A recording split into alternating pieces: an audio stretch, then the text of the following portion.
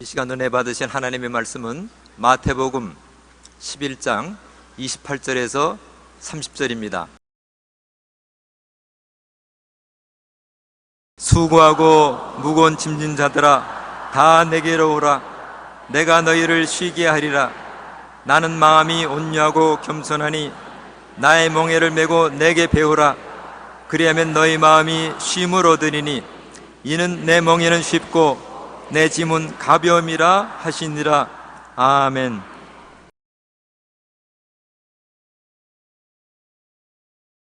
오늘 저는 여러분에게 수고하고 무거운 짐진 자들아 다 내게로 오라는 말씀으로 은혜를 나누고자 합니다. 오늘 우리는 서로 고통스러운 짐이나 책임을 짊어지지 않으려고 합니다. 한 가정에도 무거운 짐을 남편은 아내에게 맡기고 싶고 아내는 남편에게 맡기고 싶습니다. 할 수 있으면 이웃에게는 무거운 짐을 맡기더라도 우리는 안 지고 싶습니다. 왜냐하면 짐을 지면 괴롭기 때문인 것입니다. 그러나 어찌할 수 없이 인간은 태어날 때부터 짐을 지고 태어납니다. 아담과 하와의 혈통을 받은 인생은 원든 원치 않든 태어나자마자 죄인이요, 불의한 자요, 병든 자요, 저주받은 자요, 죽음에 이르는 병에 걸린 실존적인 고통스러운 존재인 것입니다. 피할 수 없어요.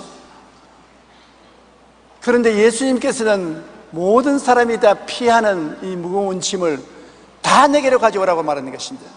수고하고 무거운 짐자는 다 내게로 오라. 한두 명만 오라는 것도 아니고 부자와 훌륭한 사람은 오라는 것도 아니고 교육 많이 받은 사람이나 못 받은 사람 갈려서 말씀하지 아니하시고 다 오라.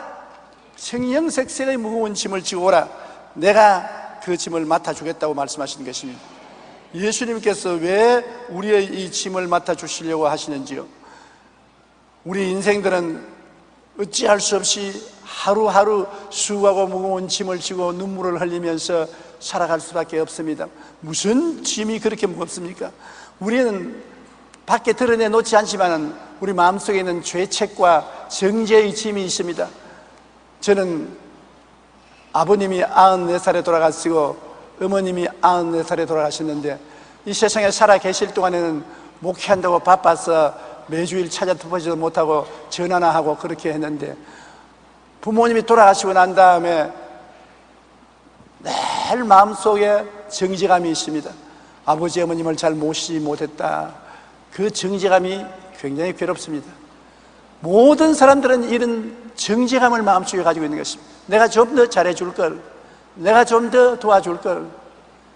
그러나 그러지 못하는 것이 인생인 것입니다.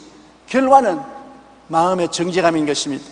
시편 38편 4절에 내 죄악이 내 머리에 넘쳐서 무거운 짐 같으니 내가 감당할 수 없나이다라고 말한 것입니다. 중세 가톨릭 교회의 면죄부는 16세기에 말틴 루터가 종교개혁을 일으키게 된 결정적인 계기가 되었었습니다. 면죄부는 원래 착한 일을 한 사람에게 그의 죄를 사해주는 것이었습니다. 그러다가 교회는 기도를 많이 하는 사람에게도 죄를 사해주는 면죄부를 주었었습니다. 그런데 나중에는 로마의 베드로 성당 건축하는데 돈이 부족하자 미리 면죄부를 사면 앞으로 지을 죄도 용서되고 면죄부에 이름이 적힌 사람은 누구나 천국에 갈 수 있다고 말을 했습니다. 더구나 면죄부를 사서 이미 돌아간 조상께 죄까지 사할 수 있다고 했습니다. 그러자 많은 사람들이 줄지어 면죄부를 샀고 교회는 극도로 타락해지고 마는 것입니다. 돈 주고 죄사함을 받고 돈 주고 천국에 가는 것입니다. 어떠한 사람이 술이 만취가 되어서 횡설수설하고 오기에 아니 당신 예수를 믿으면서 어떻게 이런 생활을 하니까 난 면죄부 벌써 사놓았어. 앞으로 10년 동안 살아갈 면죄부 써놨기 때문에 10년 동안에 얼마나 죄 지어도 좋아. 이게 교회가 이렇게 될 수가 있겠습니까? 그러므로 사람은 죄의 짐을 벗어보려고 온갖 수단 방법을 다 써봅니다. 할 수만 있다면 다른 사람에게 맡기고 자기가 죄에서 면하고 싶습니다. 하나님께서 아담아 너가 왜 내가 먹지 말라는 실과를 먹었느냐 하니까 하나님이 지어주신 저 여자가 먹으라고 하기 때문에 먹었다고 그랬습니다. 아담이 만일 그때 하나님 내가 죄 지었습니다 용서해 주십시오 하면 인류 역사가 달라졌을 것입니다. 하나님이 버리려고 하면 왜 찾습니까? 아담아, 아담아, 내가 어디 있느냐?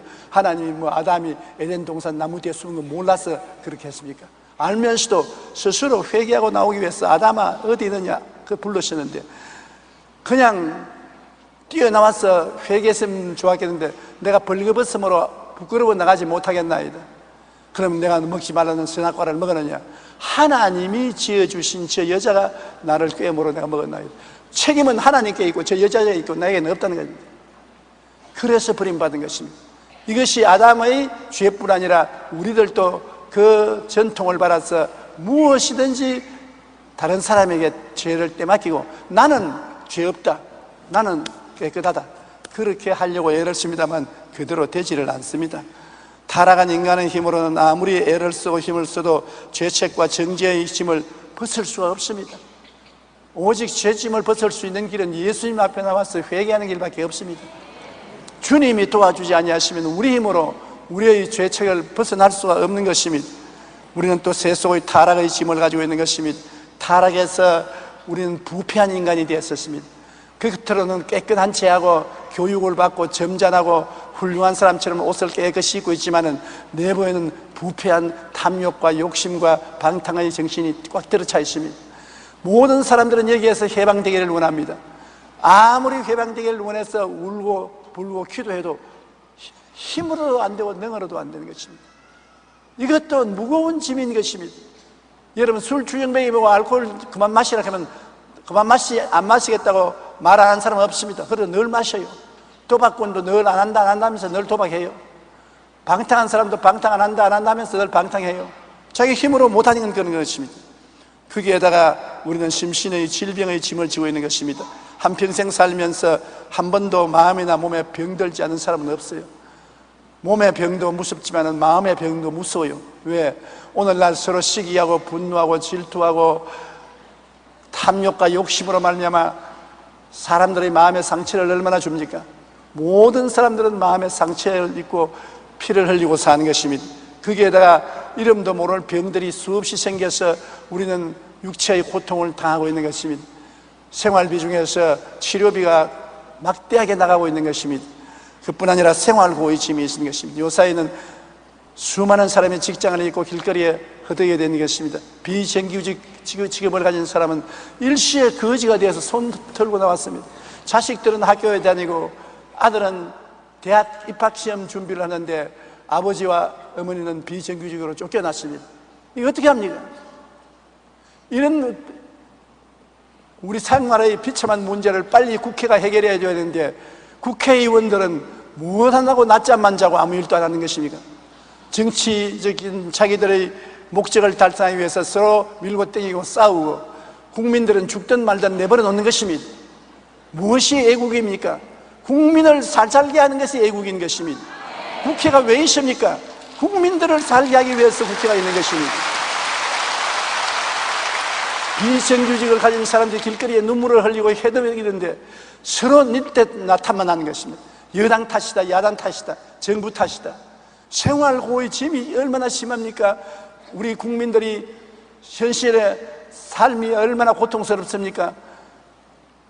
아담과 하와의 자손들은 저주를 받아서 아무리 잘 살려고 노력해도 고통이 쌓이고 괴로움이 쌓이고 어려움이 쌓이는 것입니다. 이 짐을 누가 벗겨주겠습니까? 또 결국에는 죽음과 무의 짐이 있는 것입니다. 사람은 죽지 않아요. 보편적으로 죽고 싶지 않습니다. 저도 죽고 싶지 않아요. 저도 오래 살고 싶어요.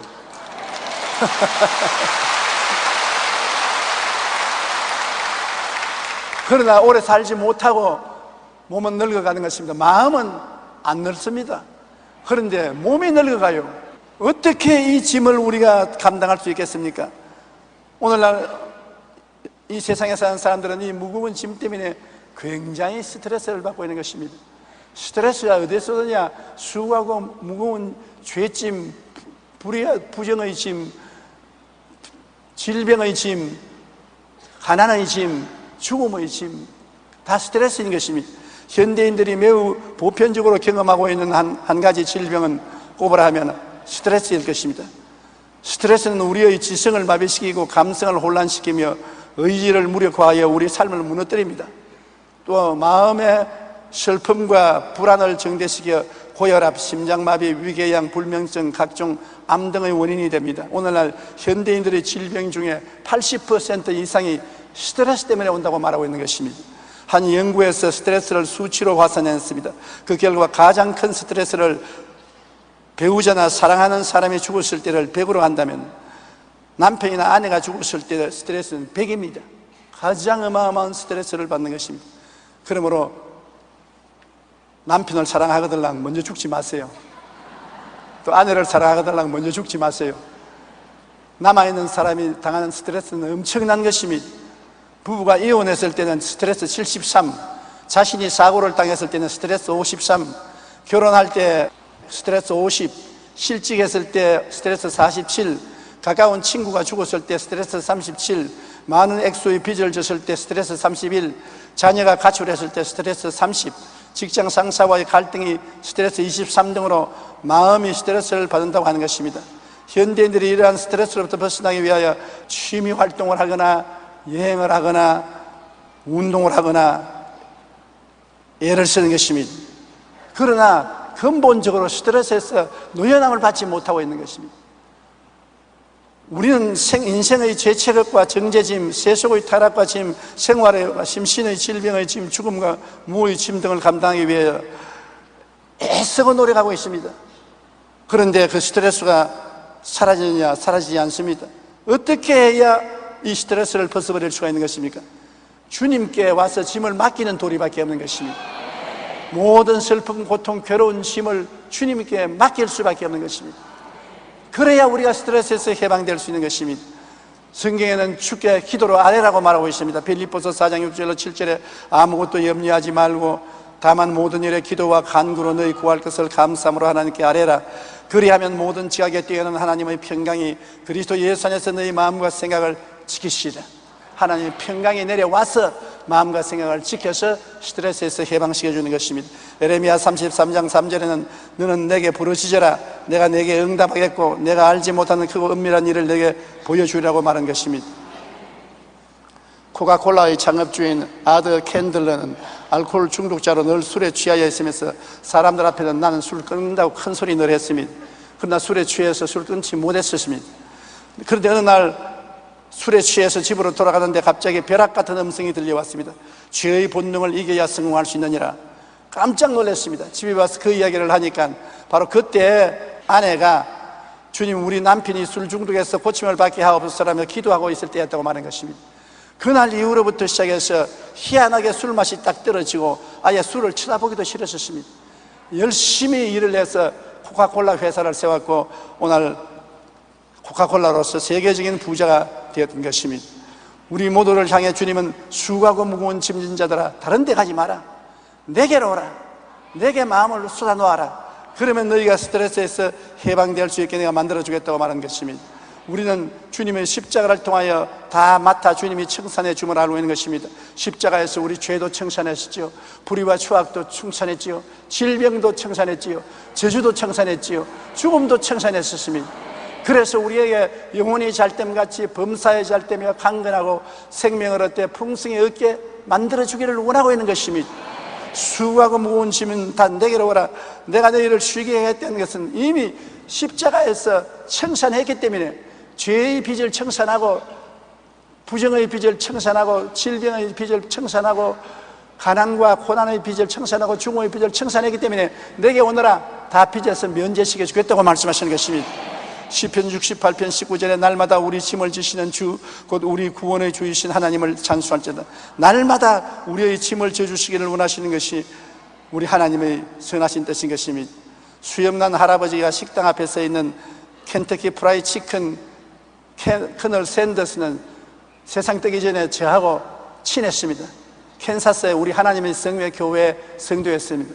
60의 사업에 실패해서 정신병원에 들어갔습니다. 혼봉 상태에 빠져서 고통 속에 자살하려고 생각하고 있었는데 이른 아침에 일어나니까 예배당에서 노래소리가 들리더랍니다. 너건 심걱정 말아라. 주 너를 지키리.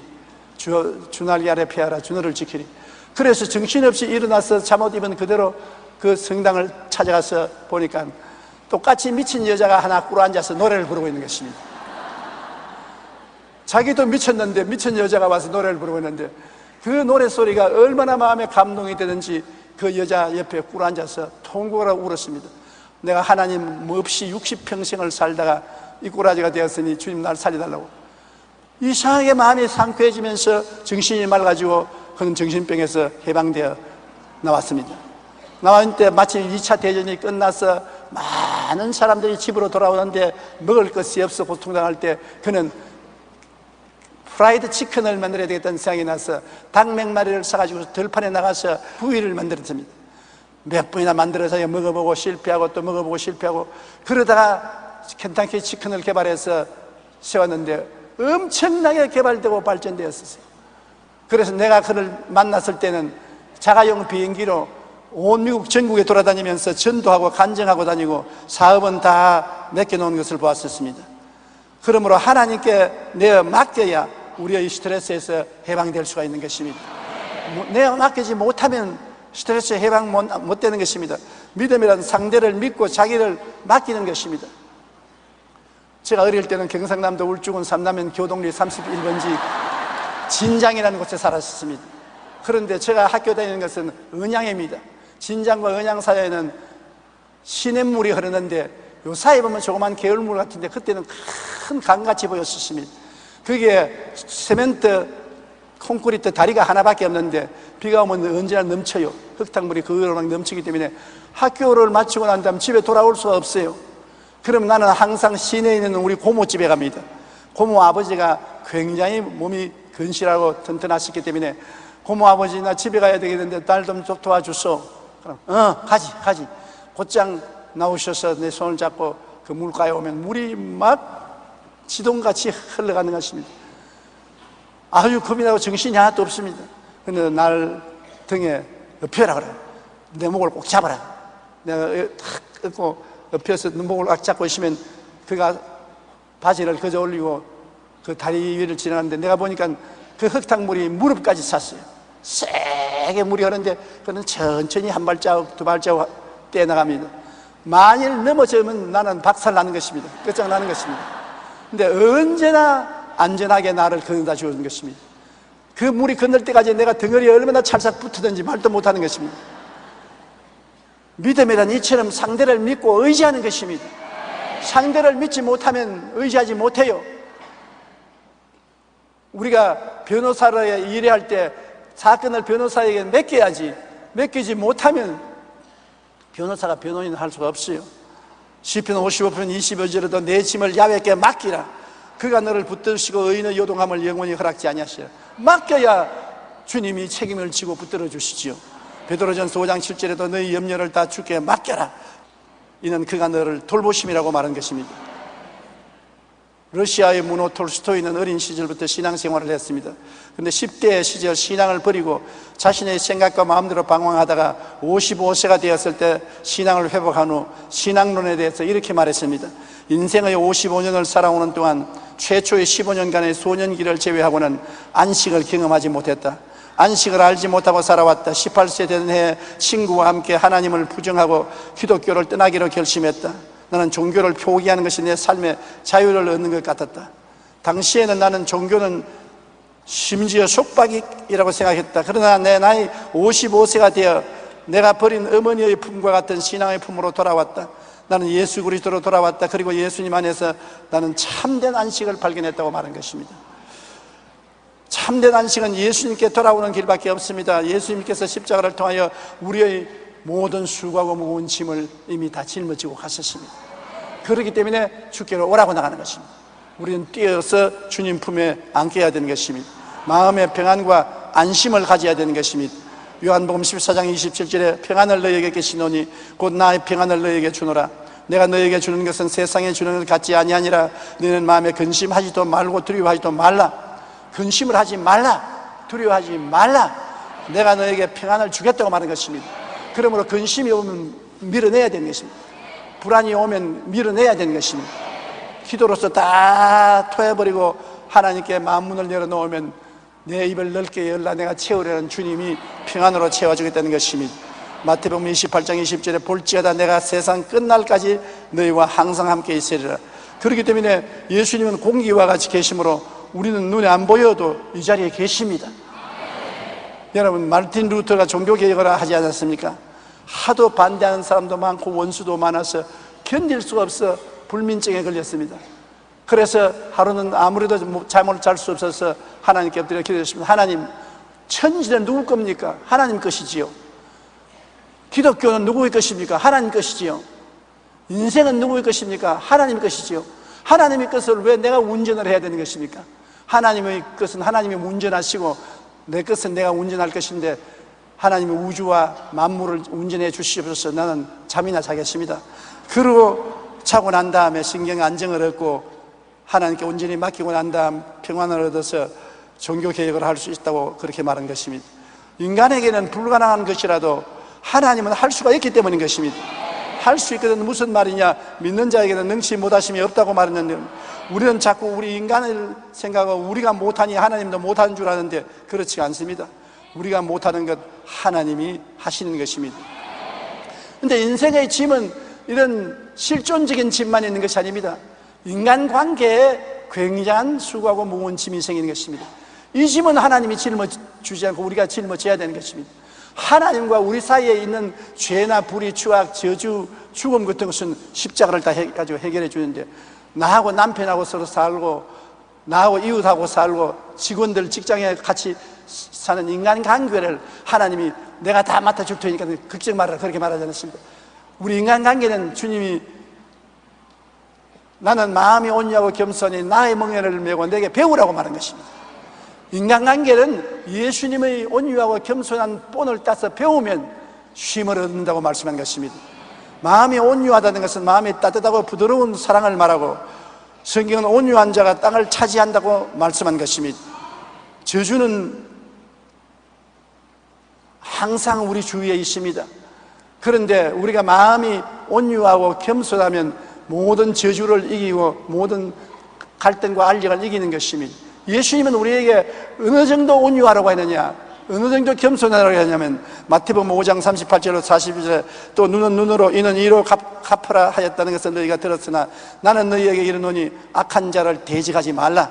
누구든지 내 오른편 뺨을 치거든 왼편도 돌려대며 너를 고발하여 속옷을 가지고자 하는 자에게는 겉옷까지도 가지게 하며 또 누구든지 너를 억지로 오리를 가게 하거든 그 사람과 심리를 동행하고 내게 구하는 자에게 주며 내게 꾸고자 하는 자에게 거절하지 말라. 저는 오랜 세월 동안 설교하면서 이 성경 구절은 뛰어넘었습니다. 괴로우니까 나는 절대 그렇게 못해요. 오른뺨을 치면 왜 돌아야 되는 것입니까? 송사에서 속옷을 달라는데 왜 그도까지 줍니까? 그런 바보 같은 건 어디 있습니까? 억지로 오리를 가야 하는데 심리까지 왜 따라갑니까? 내가 그래서 주님이 요구해도 너무 과도한 것을 요구하셨다고 생각했는데 세월이 흐르고 나이가 먹고 인생을 살아보니까 온유하고 겸손해서 나를 양보함으로 논쟁에 안 걸리는 그 마음의 평화를 얻는 것이 부귀 영화 공명보다 훨씬 낫다는 것입니다. 마음의 평화의 가치는 돈으로 계산할 수가 없는 것입니다. 아무리 돈이 많아도 마음에 불안하면 행복하지 않습니다. 아무리 지위가 높고 권력이 있어도 마음에 불안한 사람이 무슨 행복이 있는 것입니까? 행복이 없는 것입니다. 그러므로 우리 주님께서 말씀하시는 것은 거짓이 없는 참말인 것입니다. 마태복음 5장 5절에 온유한 자는 복이 있나니 그들이 땅을 기업으로 얻을 것이요. 그렇게 하면 다 뺏기고 거지가 될 줄 아는데 성경은 온유한 자가 땅을 차지하니 풍부한 평강으로 즐기리라. 온유한 사람이 땅을 차지한다. 우리가 세계 역사를 볼지라도 독재자들이 세계를 정복한 같으나 다 망하고 말았습니다. 온유한 나라가 결국은 잘 되고 잘 사는 것을 볼 수 있는 것입니다. 우리 주위에도 주먹 쓰고 깡패질하고 흉악한 사람이 잘 살 줄 아는데 잘 못 삽니다. 마음이 부드럽고 따뜻하고 겸손한 사람이 잘 사는 것입니다.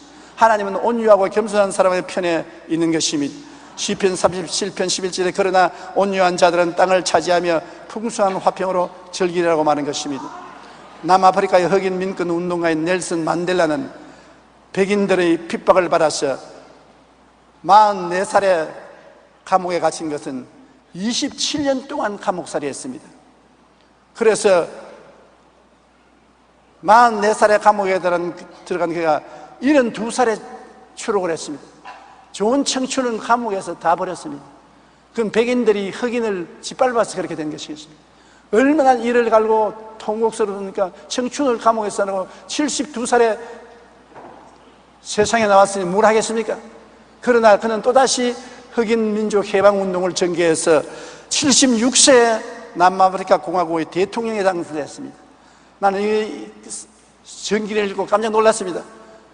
저는 2년 전에 은퇴했기 때문에 난 자꾸 은퇴한 사람이다, 나는 이제 일할 필요 없다, 모든 것이 나는 끝장났다, 그렇게 생각했는데 이제 내 나이 겨우 73살입니다.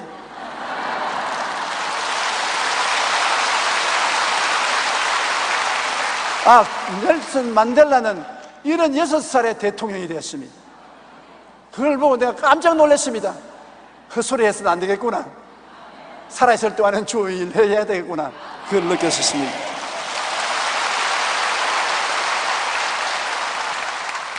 보통 사람 같았으면, 대통령이 됐으면 그 마음에 청춘을 다 빼앗아간 백인들에 대해서 어떻게 생각했겠습니까? 원한갑지요, 칼을 뽑지요. 그러나 그는 대통령이 되자마자 백인에 대한 용서와 화해를 선언하고 흑백이 함께 어울려 사는 조화된 나라가 되자고 선언했었습니다.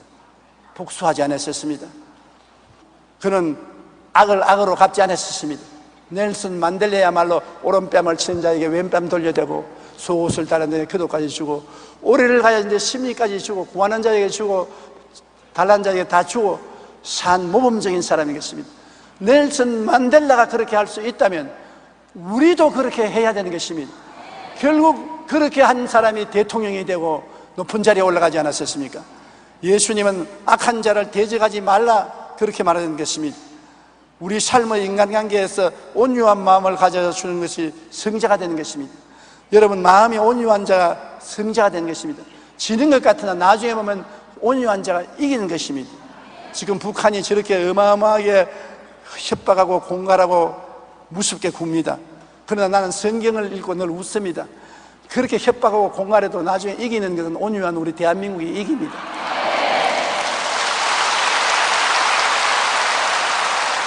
강한 자는 부러집니다. 주먹을 좋아하는 자는 주먹으로서 망하는 것입니다. 원수를 원수로 갚지 말라고 성경은 말하고 있는 것입니다. 로마서 12장 19절로 21절에 내 사랑하는 자들아 너희가 친히 원수를 갚지 말고 하나님의 진노하심에 맡기라. 기록되었을 때 원수 갚는 것이 내게 있으니 내가 갚으리라 주께서 말씀하시니라. 내 원수가 줄이거든 먹이고 목마르거든 마시게 하라. 그리함으로 내 숯불을 그 머리에 쌓아놓아라. 악에 지지 말고 선으로 악을 이기라. 원수가 배가 고프다 하는데 먹여주라. 원수가 목이 마르다거든 물을 마셔주라. 악을 선으로서 악을 이겨라. 그 머리에 숯불을 쌓아놓아라. 머리에 숯불을 이고 있으면 머리가 타내려오지 않습니까? 그 숯불은 뭡니까? 감동의 숯불을 머리에 얹어주는 것입니다. 원수가 우리에게 와도 우리가 선을 베품으로 그 마음이 감동이 되어서 아예 숯불을 머리에 인 것처럼 타내려가지 않을 수 없게 만들어주라는 것입니다. 나는 이 사실을 1862년에 간행한 빅토르 유고의 레미제라블이라는 소설책에서 발견하고 굉장히 감동을 입었습니다. 이 소설의 주인공 청년 장발장은 빵 한 조각을 훔친 죄로 19년 감옥살이를 했습니다. 그가 19년 감옥살이를 하고 나왔는데 아무도 재워주는 사람이 없어요. 아무 여관에 가도 방을 내주지 않고 어느 누구도 장발장을 다 피했습니다. 그래서 성당에 들어갔는데 신부가 반갑게 맞이해주면서 객실에 넣어주어서 잠재워주면 밥도 주고 물도 주었었습니다. 그리고 쟁반에 촛대를 얹은 촛대를 갖다가 불을 켜주었었습니다. 그리고 잘 자고 내일 아침에 일어나라 그랬습니다. 이 사람이 은촉대를 보니까 욕심이 생겼거든요. 그래서 아침에 일찍 일어나서 은촉대 촛대만 두고서 깔아놓은 쟁반은 자기 짐 속에 넣어가지고서 신부에게 인사도 안 하고 달아났습니다. 길거리에 걸어가다가 경찰에 불심 신문을 받아보니 경찰관이 그 짐을 지니까 은촉대 은쟁반이 나오거든요. 보통 은쟁반은 보통 집에 없습니다. 그래서 성당에서 가진 걸 알고 성당으로 끌고 왔습니다. 이제 이 사람은 감옥에 들어가면 종신토록 감옥에 있어야 되는 것입니다. 그런데 신부가 반기면서 뛰어나와서 하는 말이, 아니 내가 갈 때 촉대도 가져가라고 했는데 왜 촉대도 안 가져가고 쟁반만 가져왔냐. 어리벙벙했습니다. 경찰관도 어리벙벙. 아니 무슨 말이요? 내가 어제 저녁에 이 사람에게 당부하기를 직업도 없고 갈 때 올 때 없으니까 내가 아침 자고 갈 때 은쟁반에 은촉대를 가져가면 돈 좀 될 테니까 은쟁반에 은촉대를 가져가려 했는데 아침에 내가 그 방에 와보니까 은쟁반만 가져가고 촉대는 안 가져가더라. 빨리 뛰어들어가더니 촉대를 뜨고, 자 이것도 가져가라. 경찰관이 머쓱해서 그냥 놔주고 가버렸습니다. 그러니까 이 잔발장이 이 신부 앞에 무릎을 꿇어 엎드렸습니다. 그 머리에 숯불을 얹어 놓았었습니다. 눈물을 줄줄 흘리면서 통곡을 하고, 나는 이 세상에 몰인정과 무시만 당해왔는데 이런 용서와 사랑을 내 평생에 당해본 적이 없으니 나는 이 길을 청산하겠다. 완전히 변화되었었습니다. 그래서 그는 열심히 일을 해서 큰 부자가 되고 나중에는 그 도시의 시장까지 됐다는 이야기가 있는 것입니다. 이 잔발장은 만일 신부가 촉대를 가져갔다고 잡아서 그 족쳤더라면 영원히 흉악한 사람이 되고 말았을 것입니다. 사랑이 사람의 마음을 변화시키지 율법이 사람의 마음을 변화시키지 않습니다. 율법은 사람으로 하여금 변명하게 하고 원수를 갚게 만들어주는 것입니다. 사랑은 무장해제를 시키는 힘이 있는 것입니다. 그러므로 온유하고 겸손하다는 것은, 온유한 것은 따뜻한 마음과 부드러운 마음입니다. 사랑입니다. 온유한 마음을 가지면 원수를 변화시킬 수 있는 것입니다. 그리고 겸손한 마음을 가져라는 것입니다. 겸손한 마음은 자기를 낮추고 이웃을 존경하는 마음, 섬기는 마음입니다. 남을 나보다 낮게 여기고 남을 섬기는 마음이 겸손한 마음인 것입니다. 빌립보서 2장 3절에 아무 일이라든지 다툼이나 허영으로 하지 말고 오직 겸손한 마음으로 각각 자기보다 남을 낮게 여기라는 것입니다. 오늘날 세상엔 전부 내 잘났다고 선전하는 것입니다. 자기 선전하는 시대인데 나보다 남을 높여주고 내가 남 섬겨주는 것이 하나님께서 우리에게 평안을 얻는 길이라고 말하고 있는 것입니다. 마태복음 23장 12절에 누구든지 자기를 높이는 자는 낮아지고 누구든지 자기를 낮추는 자는 높아지리라고 말씀하고 있는 것입니다. 헨리 나우에는 미국의 유명한 하버드 대학 교수였습니다. 근데 어느 날 그는 교수직을 버리고 장애인 사역을 나가기로 결심을 하고 교수직을 버리니까 사람들이 아연실색을 했습니다. 당신같이 훌륭한 교수가 교수직을 버리고 장애인 도우미로 나가다니 그런 일이 있을 수가 있느냐. 헨리 나우에는 이렇게 대답했습니다. 내가 높은 자리에 있을 때는 사람의 칭송을 늘 받고 사람의 높임을 받아서 예수님 만나기가 힘들었습니다. 그러나 내가 높은 자리를 떠나서 장애인들 도우미가 되고 낮은 자리에 오니까 예수님이 바로 나와 같이 계십니다. 난 예수님과 함께 살기 위해서 다시 하버드 대학으로 돌아가지 않는다고 그렇게 말하는 것입니다. 섬기는 삶, 그것이 바로 예수님께서 사셨던 겸손한 삶인 것입니다. 한 번은 예수님께서 대야에 물을 떠서 허리에 다우를 질겨 묶고 제자들을 전부 줄 세워서 앞에 앉히고 제자들이 발을 씻었습니다. 그 당시에는 샌들을 신고 다니기 때문에 발이 더러웠습니다. 손님 집에 가면 제일 먼저 종이 와서 발부터 먼저 씻겨준 것입니다. 그러므로 발을 씻기는 일은 종이 하는 일인 것입니다. 그런데 예수님이 직접 제자들의 발을 씻깁니다. 제자들이 얼굴을 돌려서 홍당무가 되었습니다. 베드로 차례가 오니까 베드로가 주님 절대 내 발을 못 씻깁니다. 예수님께서 내가 너 발을 못 씻기면 너는 나와 상관이 없다. 그럼 머리도 씻겨 주십시오. 발만 씻으면 전신은 깨끗하기 때문에 머리까지 씻을 필요 없다. 한 번 목욕한 사람은 발만 씻으면 된다. 그게도 의미가 심장하는 것입니다. 한 번 구원받았으면 새로 구원받고 또 새로 구원받을 필요가 없다. 한 번 구원받았으면 영원히 구원받은 것이다. 발은 행위만 씻으면 된다. 잘못한 것 회개만 하고 씻으면 되는 것이고 새로 구원받을 필요는 없다는 것입니다. 예수님께서 나중에 그들 보고 말하기를 너가 나를 선생이요 주라고 말하는데 과연 맞은 말이다. 내가 너희 선생과 주다. 선생과 주가 무릎을 꿇고 너희들 발을 씻겼으니 너희들도 서로 남을 나보다 낫게 여기고 남을 섬기고 발을 씻기는 사람이 되라고 주님께서 말씀하신 것입니다. 예수님의 제자들의 발을 씻긴 예수님께서 마가복음 10장 45절에 말하기를 인자가 온 것은 섬김을 받으려 함이 아니라 도리어 섬기려 하고 자기 목숨을 많은 사람의 대속물로 주려 함이라고 말한 것입니다. 온유와 겸손을 가지고 인생을 살면은 분노와 미움과 원한이 사라집니다. 하나님께 다 맡기고 평안을 얻을 수가 있습니다. 부정적인 도전에 대하여 응전하지 않습니다. 많은 스트레스에서 해방됩니다. 그러므로 인간관계에서 마음의 평안을 얻을 수가 있는 것입니다. 예수님께서는 바로 나의 이 멍에를 메고 내가 배우라. 내가 온유하고 겸손하게 인생을 사는 것처럼 이건 너희가 인생을 살아가는 멍에다. 멍에란 뭡니까? 짐을 짊은 도구인 것입니다. 짐승들이 멍에 없이 짐을 지면 가죽이 벗겨지는 것입니다. 멍에는 인생을 살아가면서 앉을 수가 없는 것입니다. 그러나 나의 멍에를 지고 내게 배우면 무겁지 않고 휴식을 가진다는 것입니다. 에베소 4장 2절로 3절에 모든 겸손과 온유로 하고 오래 참음으로 사랑 가운데 서로 용납하고 평안에 맺는 줄로 성령이 하나 되게 되는 것을 힘써 지키라는 말했습니다. 모든 겸손과 온유로 하라. 겸손하고 온유한 멍에를 걸머지면 마음에 미움이 사라지고 분노가 사라진 것입니다. 온유와 겸손의 멍에를 지고 나가면 다 하나님께 맡기고 자기는 마음에 평안할 수 있습니다. 온유와 겸손의 멍에를 목에 메고 가면 부정적인 도전에 대해서 응답하지 않습니다. 남이 온갖 흉을 보고 욕을 해도 대꾸하지 않습니다. 그리고 온유와 겸손을 멍에를 걸머쥐고 나가면 스트레스를 받지 않습니다.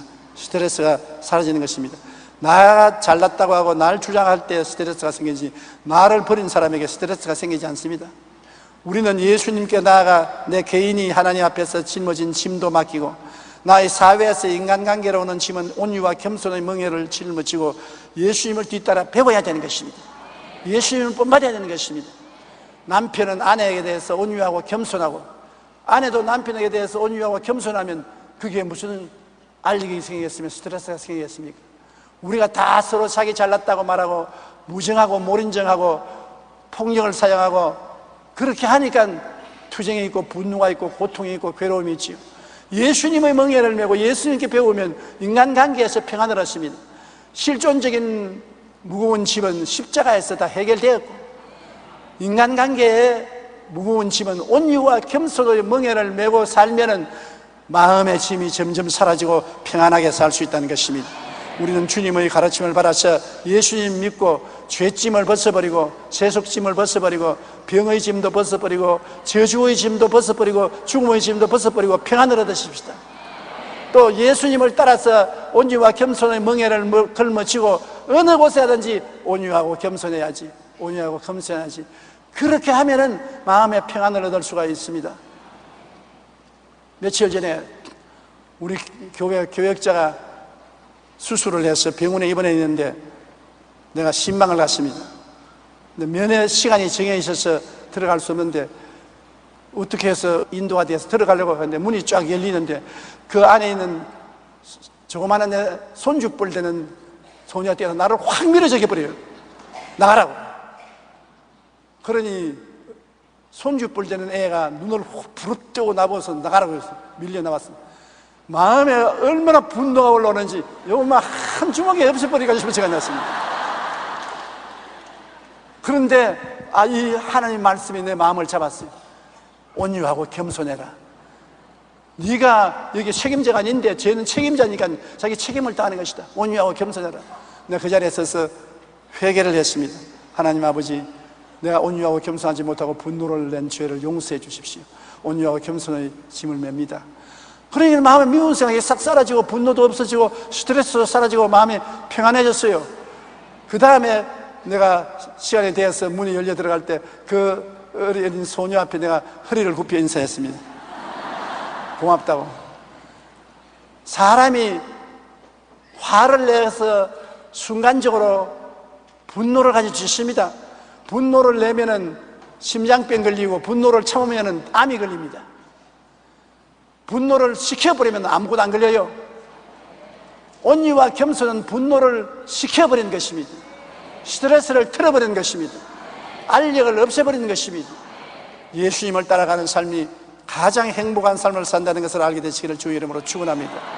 우리 고개 숙여 기도드리겠습니다. 살아계신 아버지 하나님, 우리 주 예수께서 수고하고 무거운 짐진 자들은 다 내게로 오라, 내가 너희를 쉬게 하겠다고 말씀하셨는데 우리가 주님 십자가를 바라보고 우리의 짐을 십자가에 맡기고 인간관계는 온유하고 겸손함으로써 멍에를 걸머짐으로 평안하게 이 세상을 살아갈 수 있도록 도와주시옵소서. 은혜를 베풀어 주옵소서. 예수님 이름으로 기도합니다. 아멘.